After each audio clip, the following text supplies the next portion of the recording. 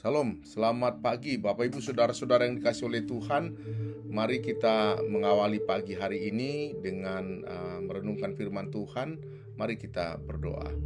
Urapi hati dan pikiran kami ya Tuhan ketika hendak membaca dan merenungkan firman-Mu. Kuasa Roh Kudus yang berikan kami hikmat supaya kami mendapatkan pengertian. Di dalam nama Tuhan Yesus Kristus kami berdoa. Amin. Bapak Ibu Saudara-saudara, ayat firman Tuhan yang menjadi dasar kepada renungan kita terdapat di dalam kitab Kisah Para Rasul pasal 13 ayat yang ke-34. Demikian bunyi firman Tuhan. Allah telah membangkitkan dia dari antara orang mati, dan ia tidak akan diserahkan kembali kepada kebinasaan. Hal itu dinyatakan oleh Tuhan dalam firman ini. Aku akan menggenapi kepadamu janji-janji yang kudus yang dapat dipercayai, yang telah kuberikan kepada Daud. Bapak Ibu Saudara-saudara, dari bacaan ini saya mau mengambil tema mempersaksikan Tuhan yang hidup. Bapak Ibu Saudara-saudara, kita hidup dalam dunia yang seringkali dipenuhi oleh kekecewaan, dipenuhi ketidakpastian, bahkan ketakutan akan kematian. Namun melalui firman Tuhan dalam Kisah Para Rasul pasal 13 ayat 34 ini, kita diingatkan tentang kabar baik yang penuh pengharapan. Tuhan kita adalah Tuhan yang hidup, Tuhan yang mengalahkan maut, dan Allah yang memberikan kehidupan yang kekal kepada siapa saja yang percaya kepadanya. Ada 3 aspek yang tercermin dari bacaan kita ini. Yang pertama, kebangkitan Yesus sebagai bukti Tuhan yang hidup. Bapak Ibu, Paulus dengan tegas menyatakan bahwa Yesus telah dibangkitkan dari antara orang mati oleh Allah. Kebangkitannya adalah bukti nyata bahwa Tuhan kita tidak mati, melainkan hidup. Maut tidak dapat menahannya. Kebangkitan Yesus adalah dasar utama iman kita. Jika Yesus tidak bangkit, maka sia-sialah iman kita.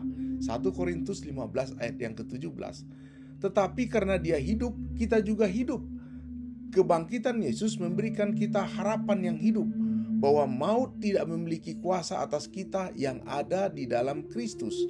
Saat kita merayakan kebangkitan Kristus, kita diingatkan bahwa kemenangannya atas maut juga menjadi kemenangan bagi kita yang percaya kepadanya. Kebangkitan Yesus memberikan kita harapan yang hidup, bahwa maut bukanlah akhir dari segala sesuatu, melainkan awal dari kehidupan yang kekal bersama-sama dengan Tuhan. Yang kedua yang menjadi renungan kepada kita adalah Tuhan yang hidup memberikan janji yang pasti. Dalam bacaan kita ini, Paulus mengutip janji Allah kepada Daud, yaitu bahwa melalui kebangkitan Kristus, Allah menggenapi janjinya untuk memberikan rahmat yang tidak terhingga. Janji Allah yang diberikan kepada Daud adalah janji keselamatan yang tidak akan pernah gagal. Dengan kebangkitan Yesus, Allah menunjukkan bahwa janjinya untuk menyelamatkan umat manusia melalui seorang juru selamat yang hidup, dan Yesuslah yang menjadi penggenapan janji itu. Janji-janji Allah tidak pernah gagal. Allah yang hidup adalah Allah yang setia pada janjinya. Dalam hidup kita mungkin pernah merasa putus asa, atau kita mungkin pernah ragu terhadap janji-janji Tuhan. Namun kebangkitan Yesus mengingatkan kita bahwa Tuhan selalu menepati janjinya. Allah tidak akan meninggalkan kita, dan hidup kita memiliki pengharapan yang tidak akan pernah hilang. Yang ketiga yang menjadi renungan kepada kita adalah mempersaksikan Tuhan yang hidup dalam kehidupan sehari-hari. Sebagai orang percaya, kita dipanggil untuk mempersaksikan Tuhan yang hidup melalui cara hidup kita. Kebangkitan Yesus harus mempengaruhi seluruh aspek kehidupan kita. Jika kita sungguh-sungguh mengimani bahwa Tuhan kita adalah Tuhan yang hidup, maka hidup kita harus mencerminkan kuasa-Nya yang hidup dalam diri kita. Kita dipanggil untuk hidup sesuai sebagai saksi-saksi Kristus, baik melalui perkataan kita maupun melalui perbuatan kita, bahwa Tuhan kita tidak hanya ada dalam kitab-kitab suci, tetapi Allah hidup dan Allah berkuasa sampai sekarang ini. Bapak Ibu Saudara-saudara, kebangkitan Yesus adalah pusat dari iman kita sebagai orang Kristen. Allah adalah Tuhan yang hidup, yang memberikan harapan baru, janji keselamatan, dan hidup yang kekal bagi setiap orang yang percaya kepadanya. Oleh sebab itu, marilah kita terus mempersaksikan Tuhan yang hidup dengan hidup yang mencerminkan kuasa-Nya, baik melalui perkataan kita maupun melalui perbuatan kita. Marilah kita memperbaharui komitmen kita untuk hidup sebagai saksi-saksi Allah, membawa terang kebangkitan-Nya ke dalam dunia yang gelap ini.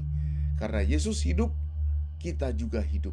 Dan dengan hidupnya, kita memiliki harapan yang tidak akan pernah pudar. Demikian firman Tuhan. Mari kita berdoa. Firman-Mu yang kembali menguatkan kepada kami bahwa Yesus adalah bukti dari Tuhan yang hidup. Dan Tuhan yang hidup memberikan janji yang pasti kepada kami. Oleh sebab itu, mempersaksikan Tuhan yang hidup menjadi panggilan bagi kami dalam kehidupan kami sehari-hari. Melalui firman-Mu, kiranya kami senantiasa dapat diteguhkan. Terima kasih Bapa atas semua firman Tuhan. Di dalam nama Yesus Kristus kami berdoa. Amin.